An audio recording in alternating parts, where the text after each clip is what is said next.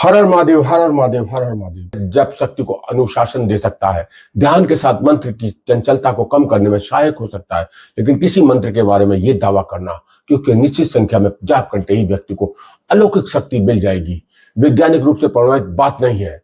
लोक परंपराओं में अनेक दावे मिलते हैं, लेकिन परंपरा और प्रमाण में एक चीज नहीं समझनी चाहिए, आस्था का सम्मान करते हुए विवेक का भी बनाए रखना जरूरी है। अब एक बहुत महत्वपूर्ण बात, सोशल मीडिया के इस दौर में गुप्त सिद्धि, चमत्कार मंत्र, एक रात में सिद्धि, तुरंत हाजिरात, 100% सफलता जैसे दावे तेजी से फैलते हैं। किसी वीडियो में कोई व्यक्ति कह सकता है ये मंत्र पढ़िए और तुरंत परिणाम मिलेगा। कोई दूसरा व्यक्ति ये कह सकता है बस इतने दिनों तक ये करिए और आपको हर समस्या का रहस्य दिखाई देने लगेगा। और तीसरा व्यक्ति कह सकता है मेरे पास ऐसी शक्ति है जिससे मैं आपके जीवन की हर बात को बता सकता हूं। ऐसे दावों से सावधान रहना चाहिए, विशेष रूप से तब जब इसके बदले भारी धन की मांग की जाए। धर्म आध्यात्मिक के नाम पर डर पैदा करना गलत नहीं है। किसी व्यक्ति को यह कहना कि यदि उसने पैसा नहीं दिया तो उसके परिवार पर संकट आ जाएगा, यह आध्यात्मिक मार्गदर्शन नहीं है। किसी को डराकर साधना के नाम पर धन लेना भी उचित नहीं है, और किसी व्यक्ति की मानसिक कमजोरी या भय का फायदा उठाना तो बिल्कुल भी उचित नहीं माना गया है। मां काली की उपासना डर पैदा करने के लिए नहीं, मां काली का स्मरण निर्भरता स्मरण है, लेकिन निर्भय होने का अर्थ यह नहीं है कि व्यक्ति हर रहस्यमय दाव पर आंखें बंद करके विश्वास करे। सच्ची निर्भरता अर्थ ये सत्य को स्वीकार करने का साहस होना चाहिए, अपनी सीमाओं को स्वीकार करने का साहस होना चाहिए, ये कहने का साहस होना चाहिए मुझे नहीं पता और कितने अनुभव के बिना प्रमाण के अंतिम सत्य घोषित करने का साहस नहीं। विवेक साधना को अंधविश्वास से अलग करता है। अब कल्पना कीजिए, एक साधक, वह मां काली का भक्त है, वह नियमित रूप से पूजा करता है, उसका जीवन अनुशासित है, वह ध्यान करता है, उसके मन में एक प्रश्न है, वह उस प्रश्न को लेकर भीतर से बहुत बेचैन है। ध्यान में बैठते समय उसे कोई प्रतीक दिखाई देता है, उसके मन में कोई विचार आता है, वह उसे मां का संकेत मान लेता है। लेकिन क्या उसे तुरंत उस संकेत के आधार पर कोई बड़ा निर्णय लेना चाहिए? नहीं, ये विवेक की आवश्यकता है। आध्यात्मिक अनुभव व्यक्तिगत हो सकती है, लेकिन जीवन के महत्वपूर्ण निर्णय केवल किसी रहस्यमय संकेत के आधार पर नहीं लेने चाहिए। स्वास्थ्य से जुड़ा निर्णय तो विशेष की सलाह से लेना चाहिए। कानूनी मामला हो तो योग्य कानून सलाहकार जरूरी है। आर्थिक निर्णय हो तो उचित वित्तीय जानकारी जरूरी है, और किसी व्यक्ति पर आरोप लगाना हो तो प्रमाण जरूरी है।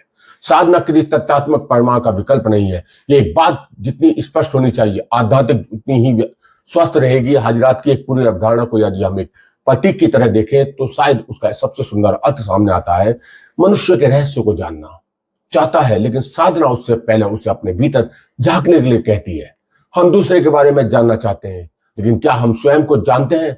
हम भविष्य जानना चाहते हैं, लेकिन क्या हमने वर्तमान को सही तरीके से जी रहे हैं?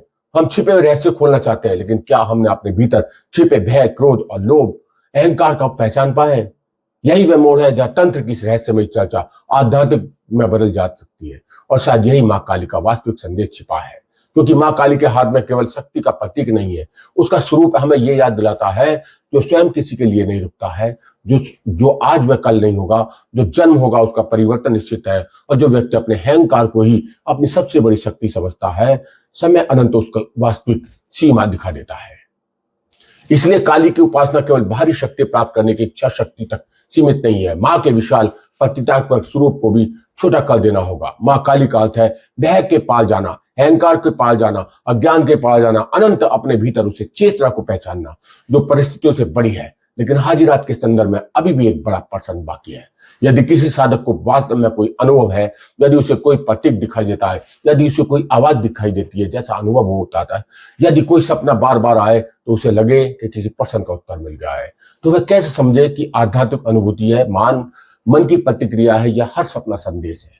क्या हर संयोग संकेत है? क्या हर अनुभूति देवी है? क्या हर आवाज को आध्यात्मिक शक्ति का समझना उचित है?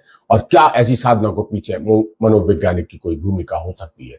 यही वह हिस्सा है जहां विषय और भी गहरा हो जाता है, क्योंकि रहस्य केवल मंत्र में नहीं, रहस्य मनुष्य की चेतना में भी है। और शायद हाजिरात को समझने की असली शुरुआत यहीं से होती है। आज के इस पहले भाग में हमने जाना कि हाजिरात की अवधारणा अलग अलग परंपराओं में अलग अलग अर्थों में दिखाई देती है। हमने समझा कि इसे निश्चित वैज्ञानिक दृष्टि से मानने का कोई आधार नहीं है। हमने जाना कि मां काली की उपासना केवल चमत्कार की खोज नहीं, बल्कि शक्ति, निर्भरता, आत्मचिंतन की परंपराओं से जुड़ी है। हमने ये भी समझा कि गुरु, अनुशासन, संयम और विवेक का महत्व क्यों बताया गया है। लेकिन क्या अभी कहानी पूरी नहीं हुई है, क्योंकि असली प्रश्न अभी बाकी है। क्या हाजिरात जैसी अनुभूति को मनोवैज्ञानिक दृष्टि से भी समझा जा सकता है? मंत्र जाप और एकाग्रता के मन में क्या प्रभाव पड़ता है और क्यों कुछ लोगों को साधना के दौरान असाधारण अनुभव होने लगते हैं? क्या हर अनुभव को सिद्धि कहना उचित है? तांत्रिक परंपराओं में साधना के लिए सबसे बड़ा खतरा क्या माना गया है? और सबसे महत्वपूर्ण मां काली की उपासना में शक्ति की खोज और चमत्कार की खोज के बीच में आखिर अंतर क्या है?